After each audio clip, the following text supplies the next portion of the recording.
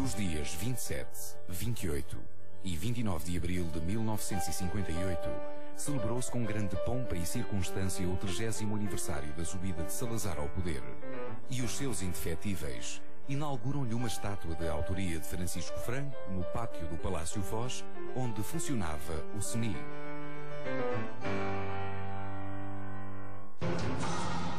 O discurso pertencia a Marcelo, que sabia ser o seu último ato público como governante. Também Craveiro Lopes tinha sido informado por Salazar que não seria escolhido para as eleições presidenciais daquele ano. Estava presente à homenagem toda a velha nata do regime salazarista. Salazar assiste à homenagem pela televisão. Cordial manda orquídeas à mulher de Marcelo. Marcelo retira-se da vida política durante 10 anos. Em setembro de 68, assumirá as funções de Salazar. Marcelo Caetano, de seu nome completo Marcelo José das Neves.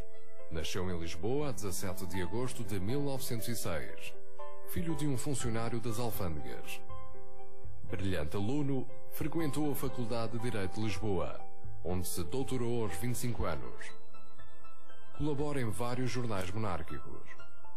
Em 1932, torna-se membro da Junta Consultiva da União Nacional. No ano seguinte, apenas com 27 anos, é professor catedrático na faculdade onde tinha sido aluno. Rege as cadeiras de Direito Administrativo, Direito Penal, Direito Corporativo e Administração Colonial.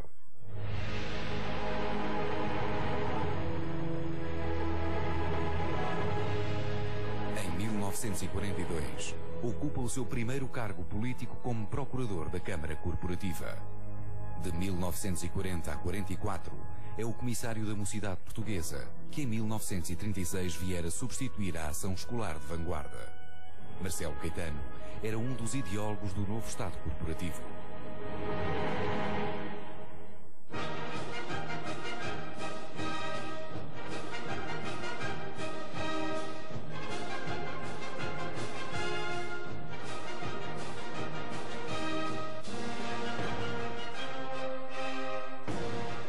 Em 1944, é nomeado Ministro das Colónias, cargo que desempenha durante 3 anos. Em 47, assume a presidência da Comissão Executiva da União Nacional. Em 1955, tem 49 anos e Salazar chama-o para Ministro da Presidência, um cargo de inteira confiança política, destinado aos delfins. Em Paris, se realizou a reunião dos chefes do governo dos países da OTAN, na qual tive a honra de representar... Nesse mesmo ano, assina o diploma em 18 de outubro, que autorizava a concessão da televisão em Portugal a uma sociedade concessionária, formada em dezembro seguinte. É o primeiro membro do governo a utilizar a TV, em junho de 1957.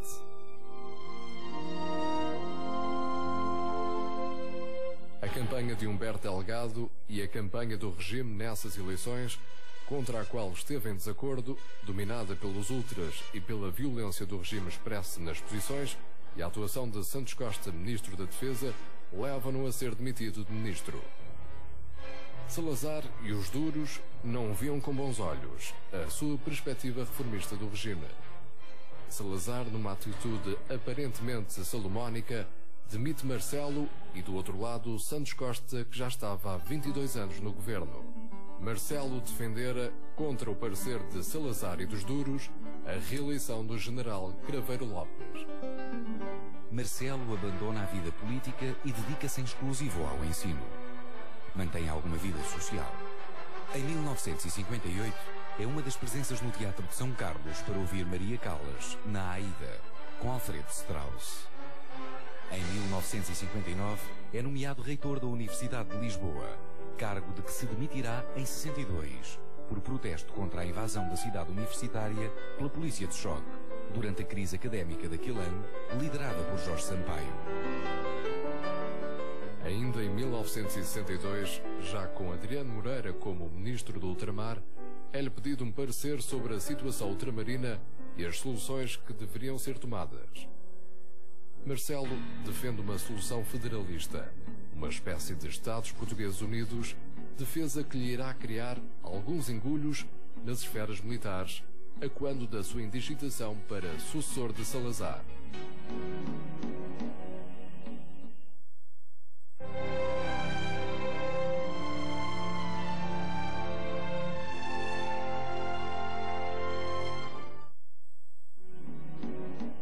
Quando toma posse, Marcelo Caetano cria algumas expectativas em setores mais moderados da oposição portuguesa.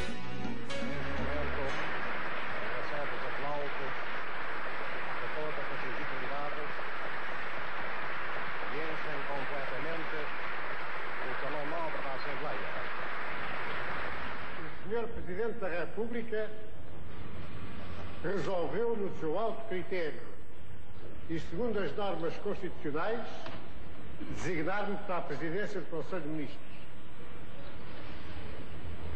Afastado há bastantes anos da vida pública, essa escolha surpreendeu-me.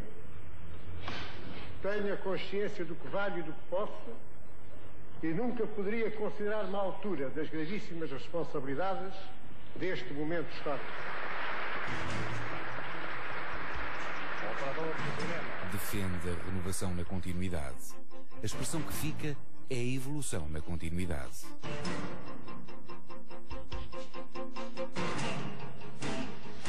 Desde que nas presentes circunstâncias, quem de direito me chamou a assumir as duras responsabilidades do momento, entendi não poder fugir a elas. Pensei no povo português, que bem o tem demonstrado pela sua exemplar conduta cívica nesta ocasião, anseia, antes de tudo, porque se mantenha a independência nacional, a integridade do território.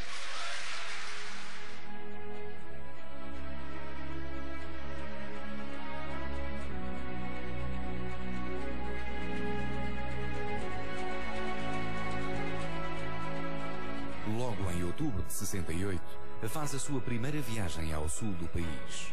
Um jornalista, vendo na atitude tão diferente das reservas de Salazar, pergunta a uma velha mulher do povo o que pensa do novo presidente do Conselho.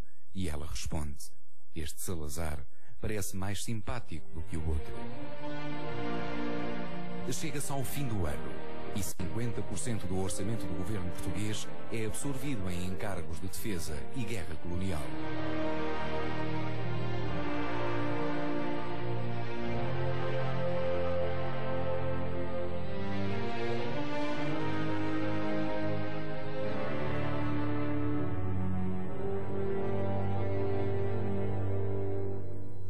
O governo tem tido nestes 2 meses provas reiteradas do apoio da grande massa da população portuguesa.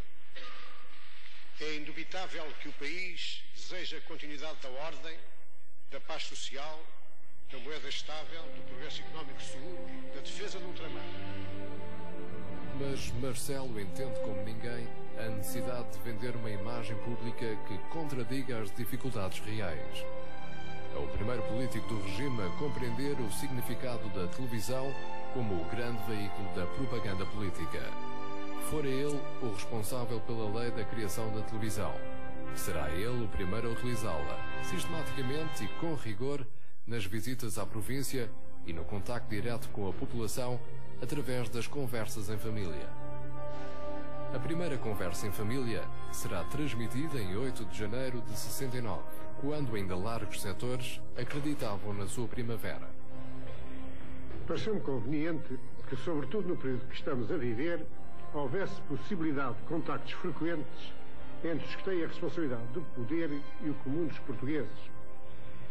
Nem sempre as circunstâncias proporcionam ao chefe do governo a oportunidade para, num discurso, esclarecer o seu pensamento, para elucidar o público sobre problemas correntes ou objetivos a atingir.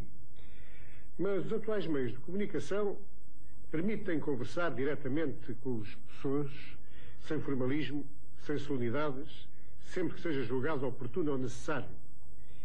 E é essa conversa em família que vou tentar estabelecer de vez em quando através da rádio e da televisão. Caetano autoriza o regresso do exílio de São Tomé e Príncipe de Mário Soares, que se encontrava deportado naquela ilha sensivelmente há 10 meses. Autoriza o regresso do Bispo do Porto, Dom António Ferreira Gomes, que tinha sido exilado por Salazar. A 27 de março de 69, remodela o governo e alguns elementos da ala liberal, descomprometidos com o salazarismo e que mais tarde estariam ligados à SEDES. Entram para o executivo Rogério Martins, Xavier Pintado e João Salgueiro. A União Nacional passará mais tarde, em fevereiro de 70, a ter outro nome, Assembleia Nacional Popular, cuja comissão executiva é dirigida por Melo e Castro. Marcelo Caetano continua defensor do Partido Único. Os partidos, para Marcelo, não passam, nas suas palavras, de oligarquias que impedem a comunicação imediata e fecunda entre governantes e governados e pretendem monopolizar em seu proveito a expressão da opinião pública e os benefícios do poder. No espírito de renovação, sugerido por Marcelo Caetano, são cativados alguns jovens liberais como Pinto Leite, Sá Carneiro, Miller Guerra, Pinto Machado, Magalhães Mota, Correia da Cunha e Mota Amaral. Num futuro mais distante, serão na maioria fundadores do PPD. Eram figuras que não estavam comprometidas com o regime salazarista. Mas a questão do chamado ultramar é o problema fulcral de Marcelo Caetano.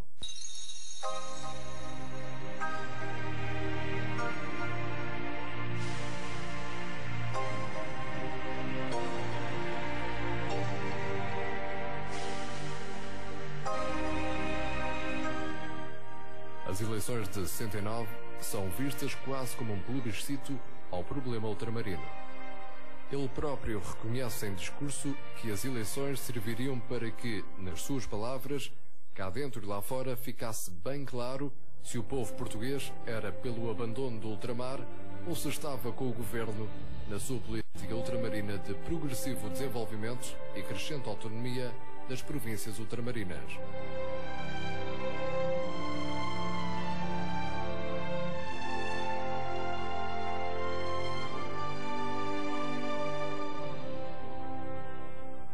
Que o eleitorado se pronunciasse maciçamente, mais uma vez, a favor da defesa do ultramar, conferindo assim ao governo um mandato de que ele não pode afastar-se.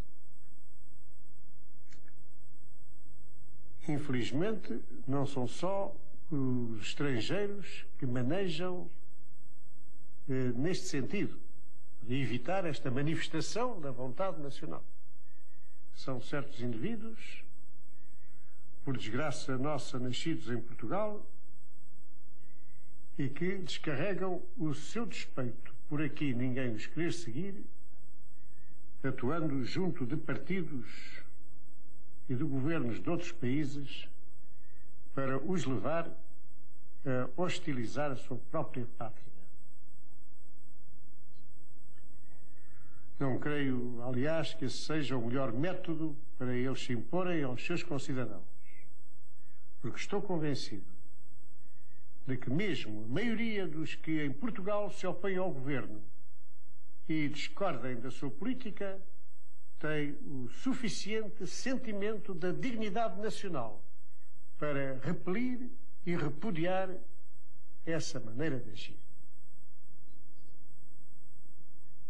O facto é que, com subsídios e apoios estranhos, tem intensificado nos últimos tempos, sobretudo entre a juventude e nos meios sindicais, a propaganda da subversão e contra o ultramar português. Em abril de 69, Marcelo Caetano visita a Guiné, Angola e Moçambique. É a primeira visita de um chefe do governo às colónias.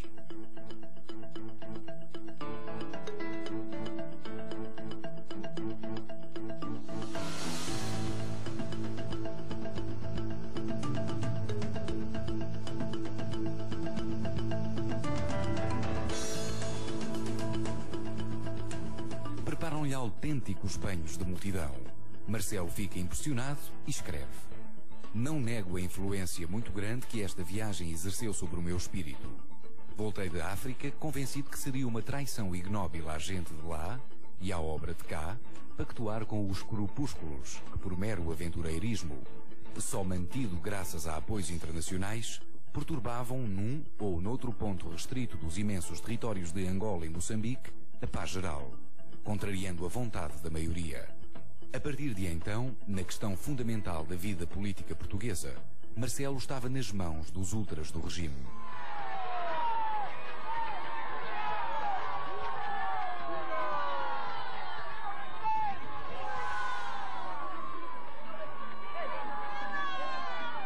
Viva Portugal! Viva!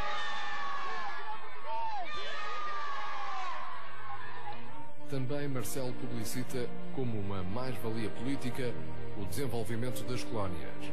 Como exemplo, surge o empreendimento de Caborabaça, a construção de uma albufeira com 250 km de comprimento e 38 de largura, uma das maiores, se não a maior, barragem hidroelétrica da África Central. Em nenhum momento da história o povo português tivesse tão viva como hoje tem a consciência do que é, do que representa, do que vale o ultramar.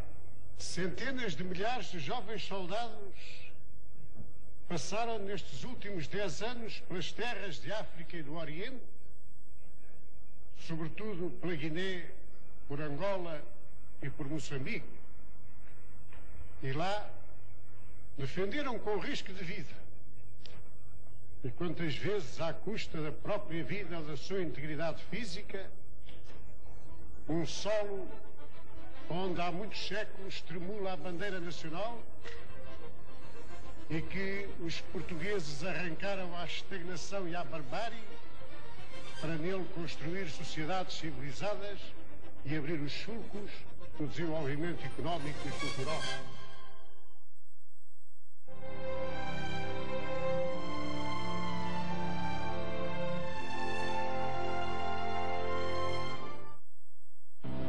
As eleições serão realizadas a 26 de outubro. A oposição concorreu, mas dividida, e os partidos continuavam proibidos, bem como o controle de recenseamento eleitoral e das próprias eleições. Os candidatos da oposição, que há pouco, reunidos numa cidade de província, deliberaram, e muito bem, ir às urnas, comunicaram que o faziam apesar das intimidações recebidas. E aqui é que já se falta ao respeito devido aos outros. O governo não intimidou ninguém. Estabeleceu normas a seguir e procurou fazê-las cumprir. E que as normas fixadas foram benéficas, está provado pela forma como se evitou perturbação de maior no país. A CEUD, Comissão Eleitoral da Unidade Democrática, dirigida por Mário Soares, com apoiantes como Raul Rego, Francisco Salgado Zaga, Jaime Gama, Rui Belo, Italvina Lopes de Almeida e José Carlos Megre, defendia o direito à autodeterminação dos territórios ultramarinos. Concorreu apenas em 3 círculos: Lisboa, Porto e Braga. Em contrapartida, a CDE, Comissão Democrática Eleitoral, era uma frente mais ampla, englobando comunistas, católicos progressistas e socialistas da esquerda independente. Reclamavam a independência para as colónias portuguesas.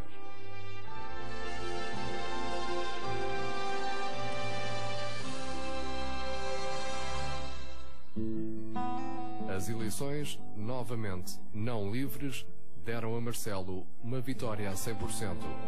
A oposição não conseguiu eleger sequer um deputado para a Assembleia Nacional. Aqueles a quem cabe a responsabilidade efetiva dos destinos de uma comunidade não podem dar-se ao luxo das evasões imaginativas no reino da utopia. Têm que ter os pés fincados na terra. Governar é atender em cada momento, com a consciência das circunstâncias e os olhos postos no futuro, às necessidades reais e efetivas do país. Por isso, A minha preocupação, a preocupação do Governo, continuará a ser encaminhar com prudência o povo português nesta viragem da história universal e da nossa própria história. O segundo Congresso Republicano de Aveiro, em 69, pediram um debate nacional sobre o ultramar. É o grande momento da oposição depois das eleições de Humberto Delgado.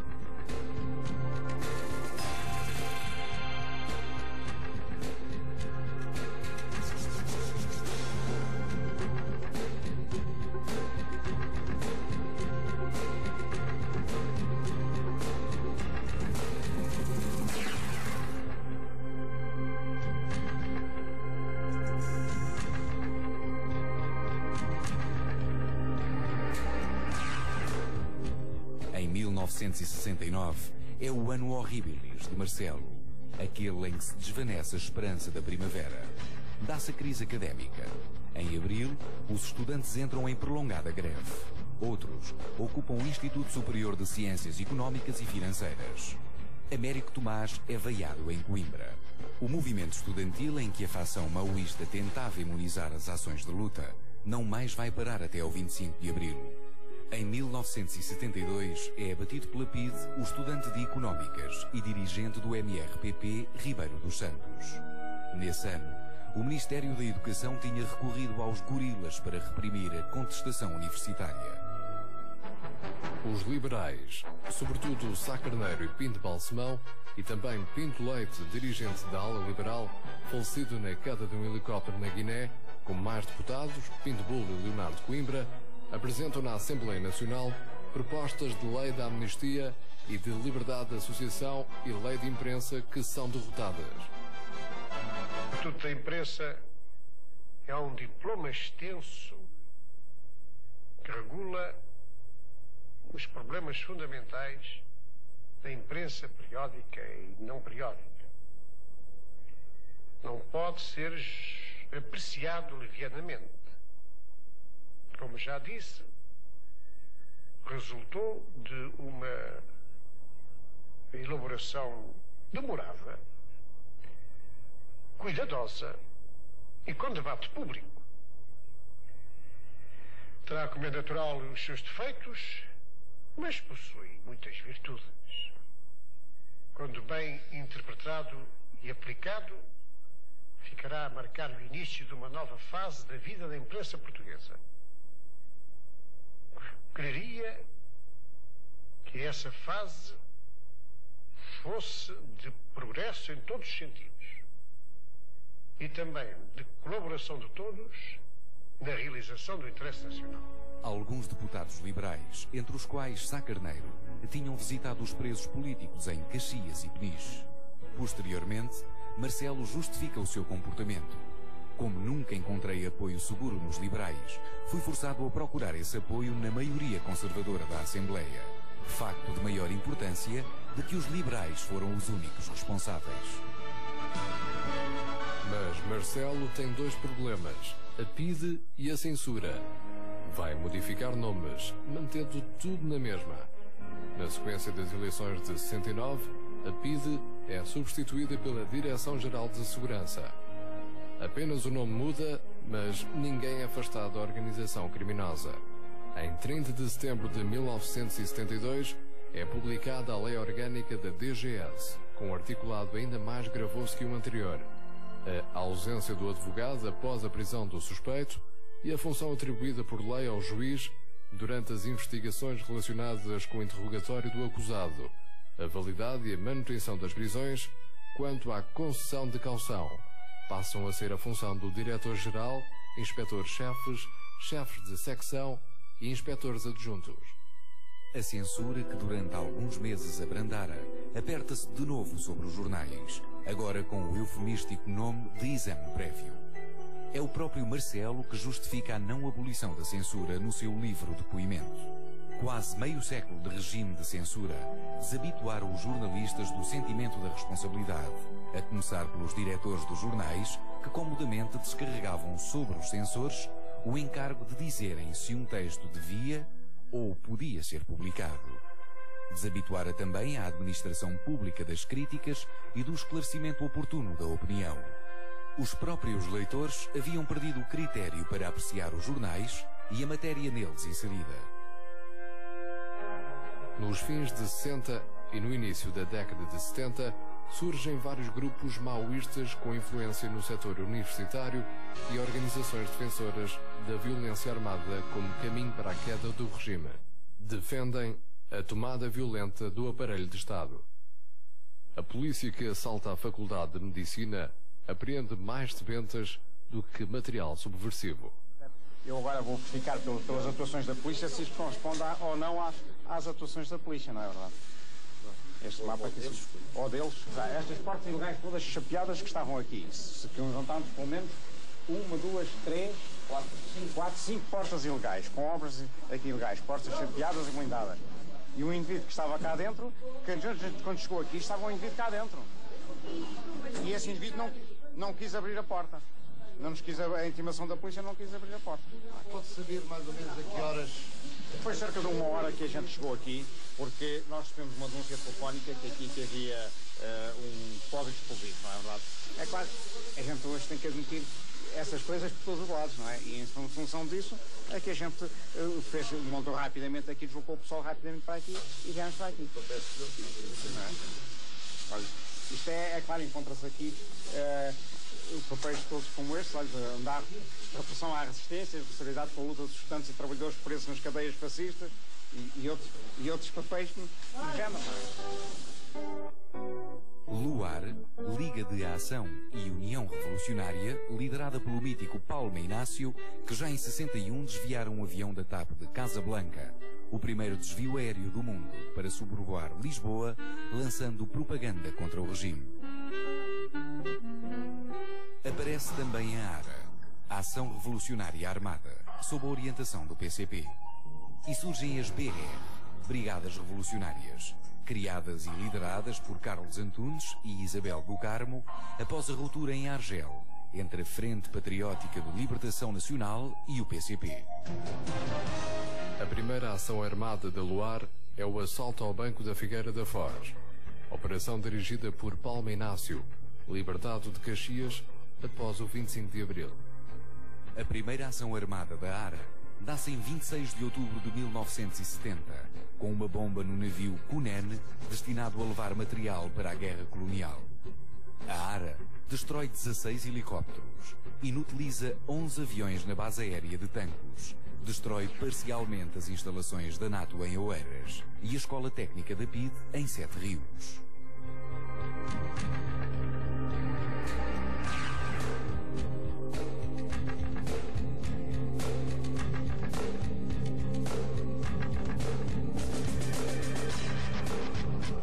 Brigadas revolucionárias colocam bombas como primeira operação na base da NATO na Fonte da Telha. Ainda em 1970, Mário Soares regressa ao exílio, a Paris, após declarações proferidas em Nova Iorque contra a política colonial. Mário Soares começa a ser uma referência política na oposição, a par de Álvaro Cunhal. Ainda em 70, agrava-se o isolamento de Portugal a nível internacional. É quando o Papa recebe em audiência no Vaticano dirigentes do PAIGC, Amílcar Cabral, da Frelimo Marcelino dos Santos e do MPLA Agostinho Neto. Em Portugal, ainda em 70, é fundada a Intersindical. A agitação laboral é cada vez maior, correspondida com uma intensiva repressão. O cardeal Gonçalves Cerejeira, o abencerragem de Salazar na Igreja Católica, e seu companheiro de juventude abandona em 30 de junho de 1971 o cargo de patriarca, em que é substituído por Dom António Ribeiro, mais jovem, com presença na televisão e que será responsável por conduzir a Igreja da Conivência com um regime ditatorial à convivência em regime democrático. Estamos em 1972. Spínola é já uma grande referência em termos de mudança como governador militar da Guiné. Marcelo Caetano incompatibiliza-se com o general de monóculo, bloqueando as tentativas de entendimento com o PAIGC. Realiza-se em 1973 o Congresso de Aveiro. Assiste-se a um princípio de unidade. Os congressistas defendem o fim da guerra colonial e o início das conversações com vista à concessão da independência a Angola, Moçambique e Guiné. Em 19 de abril de 1973, dando lugar à ASP, Associação Socialista Portuguesa, nasce o Partido Socialista na cidade de Bad Münstereifel, na Alemanha Federal. O ano de 73 para Marcelo Caetano é o ano de tudo ou nada. Vai determinar eleições. Procura respeitabilidade internacional com o regime cada vez mais isolado. Cresce o isolamento de Portugal na ONU. Quando o ministro português dos Negócios Estrangeiros discursa, várias delegações abandonam a sala. To study methods of combating terrorism, but certain parties promptly sought to use this opportunity in a political manner. A campanha das Nações Unidas, não tenhamos ilusões, vai intensificar-se contra nós.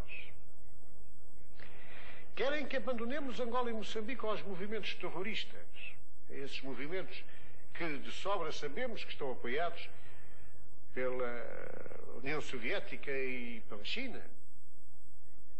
Querem que entreguemos os portugueses que lá vivem, e muitos dos quais têm ali tudo quanto possuem. Querem que os entreguemos à discrição dos seus inimigos, dos nossos inimigos. Querem que desistamos da obra de fomento e de civilização que presentemente está em curso, traduzida por uma admirável pujança de trabalho e iniciativa que a segurança dada pela presença da soberania portuguesa desencadeou e mantém. Em junho de 1973, Marcelo desloca-se a Londres por ocasião da celebração do aniversário da Aliança Luso-Britânica. É recebido com manifestações de grandes protestos contra a sua política e a guerra colonial. O Times publica a 10 de junho, em plena visita de Marcelo, o relato do massacre realizado pelas tropas portuguesas na aldeia de Wiriamu, em Moçambique.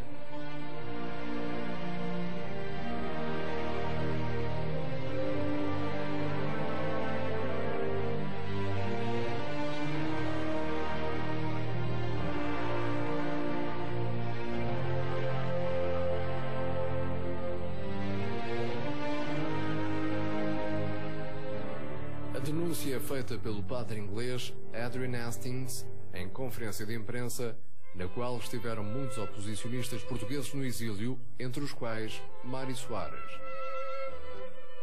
A denúncia do massacre de Wiriamu foi feita com base em relatos de missionários espanhóis e italianos expulsos de Moçambique.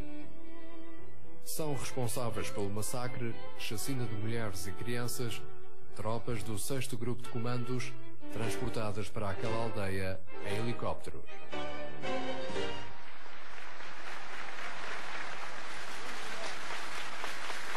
É organizada uma manifestação de repúdio aos protestos da presença de Marcelo Caetano em Londres.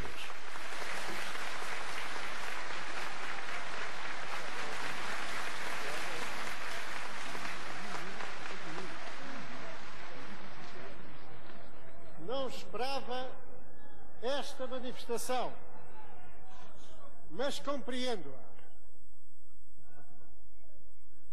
Compreendo que o povo português tenha seguido com inquietação a campanha de descrédito montada contra o país nas vésperas da deslocação a Londres do seu chefe do governo, com a missão de reafirmar uma amizade de 6 séculos entre Portugal e a Inglaterra. Compreendo que aqui se ficasse perplexo ao saber que um dos 2 maiores partidos britânicos aderira a essa campanha e por todos os meios se propusera contrariar a continuação da aliança e até a visita à Grã-Bretanha, de quem apenas tinha por objetivo celebrá-la. Compreendo que os portugueses se interrogassem com ansiedade acerca da importância, da repercussão, do significado das manifestações organizadas com o fim de perturbar a realização e o brilho dos vários atos do programa da visita do Presidente do Conselho a Londres. Sá Carneiro e outros deputados da ala liberal, desiludidos com as promessas de Marcelo Caetano, demitem-se dos seus cargos em janeiro de 73. Francisco Pinto Balsemão, vindo do Diário Popular, funda o Semanário Expresso. Sá Carneiro será um dos primeiros colunistas políticos desta nova publicação.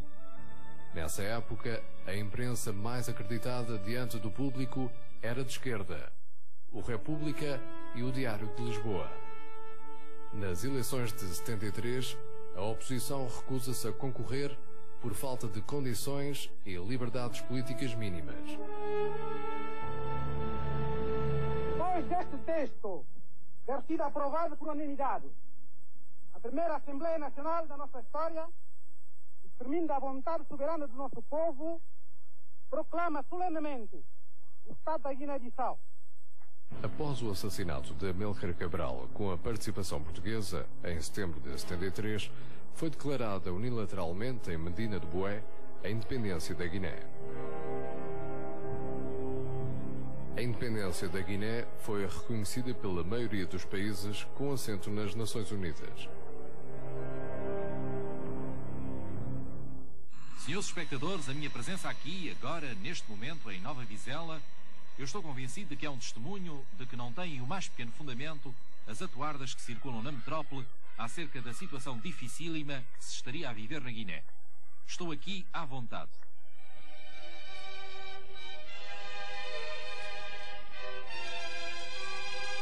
Símbolo da unidade nacional que preconizo, a feliz expressão do Sr. Presidente do Conselho, o Sr. Almirante Américo Tomás iniciou o seu terceiro mandato, pronunciando um importante discurso onde, uma vez mais, ressaltou as duas tarefas prioritárias do Governo da Nação: a defesa da nossa integridade territorial, ameaçada pela guerra insidiosa que nos é movida em 3 frentes do ultramar, e a promoção do bem-estar de todos os portugueses.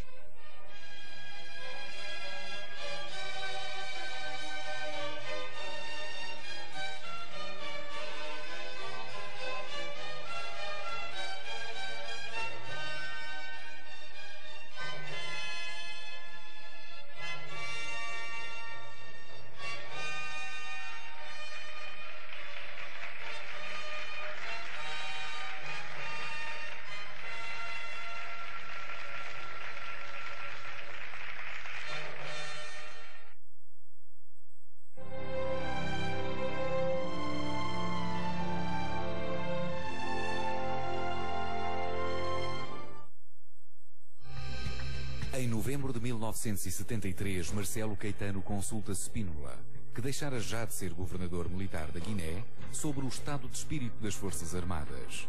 O general comunicou-lhe então o projeto de escrever um livro sobre a questão da guerra do ultramar. É nomeado vice-chefe do Estado-Maior-General, cujo chefe era o general Costa Gomes. Spínola escreve o livro Portugal e o Futuro. Em 17 de janeiro, Costa Gomes parte em missão militar para Moçambique e leva o livro com ele. Em 11 de fevereiro, o despacho do Ministro da Defesa, Silva Cunha, e ouvida a opinião de Costa Gomes, dá parecer favorável à publicação do livro. A 20 de fevereiro, Marcelo começa a ler o livro que lhe fora oferecido com dedicatória por Spínola. Compreendeu, como mais tarde confessou, ao fechar a última página, que se estava a preparar um golpe militar. 2 dias depois, recebe em sua casa os generais Costa Gomes e António Spínola. Oferece-lhes a sua demissão. Marcelo diz-lhes que se dirijam ao Presidente da República e reivindiquem o poder. A 28 de fevereiro, após umas curtas férias no hotel do Bussaco, Marcelo pede uma audiência a Américo Tomás, a quem propõe a demissão do governo. Américo Tomás recusa. A 5 de março, Marcelo discursa na Assembleia Nacional. Nenhuma dúvida pode haver de que o mais grave problema que presentemente se põe à nação portuguesa é o ultramar.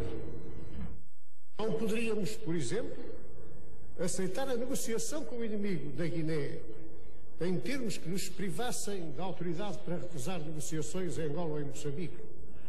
E por isso, só o Governo Central pode ter a iniciativa, porque tem a responsabilidade da condução da política ultramarina. Só o Governo, em conjunto com os demais órgãos políticos da soberania e não quaisquer outras entidades.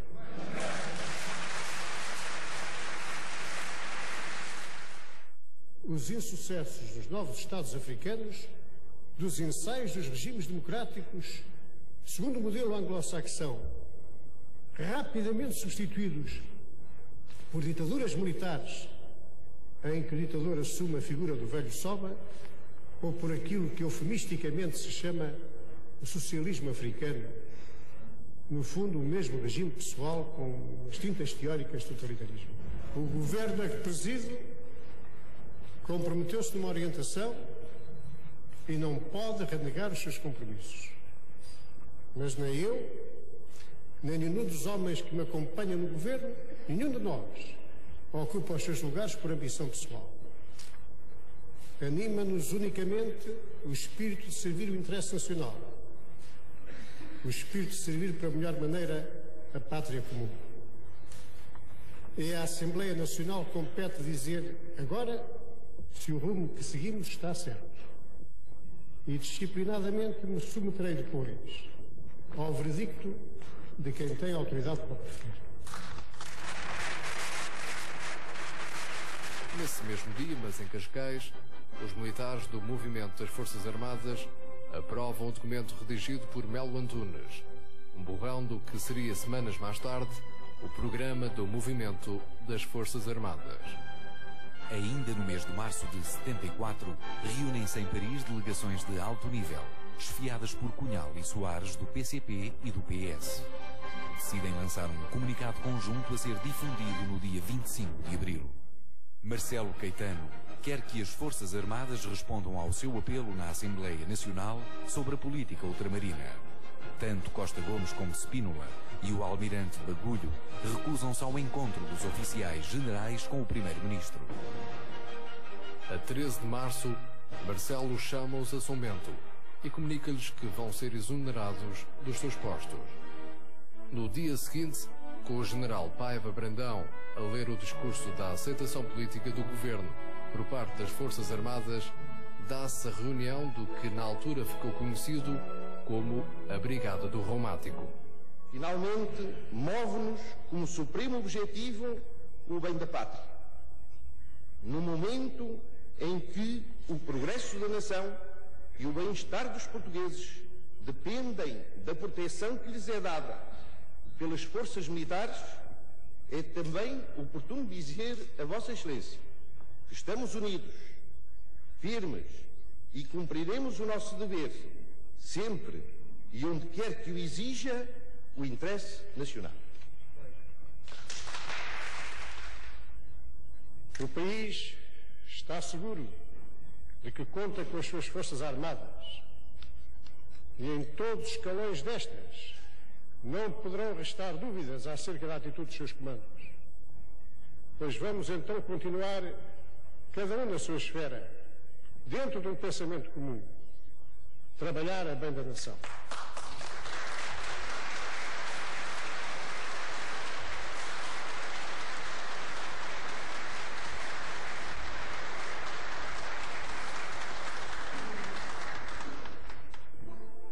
A 16 de março, alguns militares do Movimento das Forças Armadas falhavam a primeira tentativa de queda do regime. Sai um destacamento das Caldas da Rainha com destino a Lisboa. São detidos à entrada da capital e presos pela DGS, o Tenente-Coronel Almeida Bruno e os capitães Pinto Soares e Vasco Lourenço. A seguir ao 16 de março, Marcelo Caetano faz a sua última conversa em família. Um triste episódio militar que a irreflexão e talvez a ingenuidade de alguns oficiais lamentavelmente produziu há poucos dias nas Caldas. Ficou, através desses meios de informação, o mundo melhor informado do que se passa em Portugal? Há por aí frequentes queixumes de que não temos por cá uma informação completa. Nada, porém, do que de verdadeiro se passa e que ao público interessa, deixa de ser trazido ao conhecimento dele. Mas não é informar bem o público, deitar mão a todos os mexericos, a todas as intrigas, a todas as fantasias ouvidas nas mesas dos cafés ou a algum intrujão imaginativo para as deitar cá para fora como grandes e sensacionais revelações. Inventam-se tremendas oposições entre pessoas que mutuamente se respeitam e que de comum acordo atuam. Divisões internas, onde só reina a harmonia de vistas. Conluios suspeitos em casos em que estão perfeitamente definidas as posições e assumidas as responsabilidades. Não fica informado o público quando escuta mentiras. No dia 24 de abril, era divulgado na imprensa o comunicado do Governo. Reina a ordem em todo o país. Também a DGS mandava para os jornais esta declaração. Desde o início do corrente mês, mas com mais intensidade nos últimos dias, tem-se verificado por parte das várias organizações comunistas uma grande atividade na difusão de panfletos e outras atuações de propaganda para ações revolucionárias no próximo 1º de maio, 25 de abril de 1974. É cercado pelas tropas de Salgueiro Maia, o quartel do Carmo da GNR, onde se encontra Marcelo Caetano e alguns membros do governo. Após alguns tiros contra os portões e a fachada do quartel, como ultimato à rendição de Marcelo e restantes ministros, chega Spínola às 18 horas.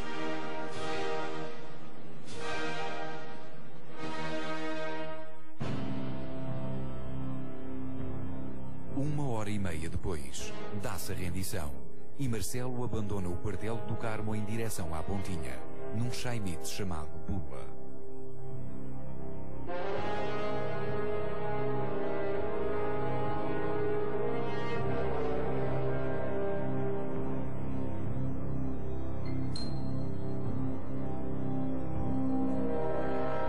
Escreverá mais tarde no exílio. A revolução veio efetivamente de surpresa e conduzida desta vez com toda a eficiência em 25 de abril. Não me ocuparei aqui do que se passou nesse dia em que o governo se sentiu desamparado pelas Forças Armadas e baqueou o regime da Constituição de 1933. Capitão de Fragata António Alva Rosa Coutinho. Capitão de Mar e Guerra José Batista Pinheiro Azevedo. General Francisco da Costa Gomes. General António de Spínola. Brigadeiro Jaime Silvério Marques. Coronel Carlos Galvão de Melo e ainda o general Manuel Diogo Neto, que não está presente porque está ausente da metrópole. Vai falar-lhes o general António de Spínola.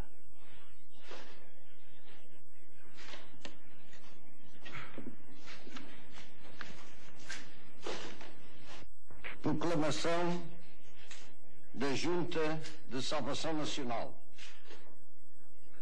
Em obediência ao mandato que acaba de ser confiado pelas Forças Armadas, após o triunfo do movimento em boa hora levado a cabo pela sobrevivência nacional e pelo bem-estar do povo português, a Junta de Salvação Nacional a que presido, constituída por imperativo de assegurar a ordem e de dirigir o país para a definição e consecução de verdadeiros objetivos nacionais, assume perante o mesmo o compromisso de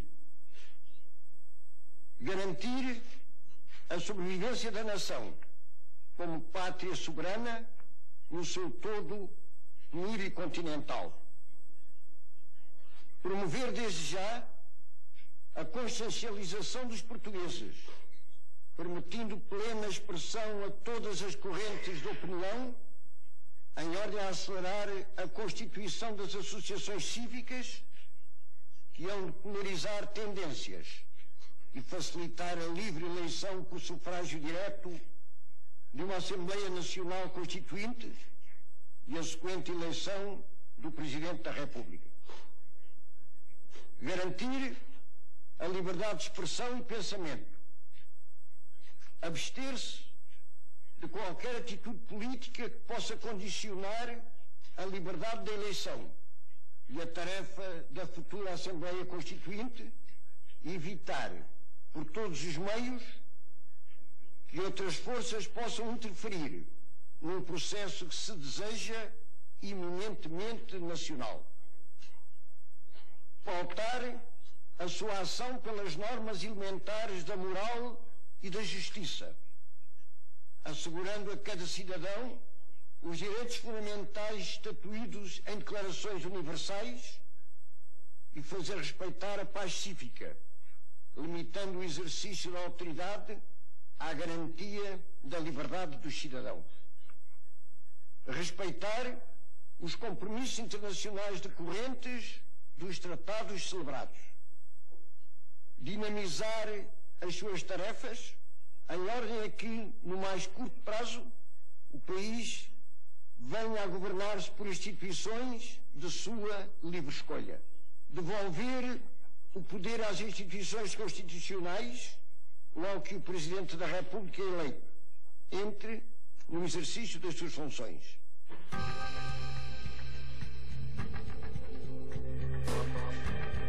Cerca das 8 horas da manhã do dia seguinte, Marcelo Caetano, com Américo Tomás Silva Cunha e Moreira Batista, rumam num avião militar em direção ao Funchal. Marcelo aterra no Brasil, no Rio de Janeiro. Tem 68 anos. Vai recomeçar o ensino. Durante 20 dias, vive no mosteiro de São Bento, nos arredores do Rio de Janeiro. Vivem no bairro Flamengo e Marcelo dá aulas na Universidade Gama Filho. Não quererá mais nada com Portugal. Marcelo vem a falecer vítima de ataque cardíaco a 26 de outubro de 1980, magoado com a pátria e, sobretudo, com aqueles que julga terem-no traído. Os seus restos repousam no Brasil.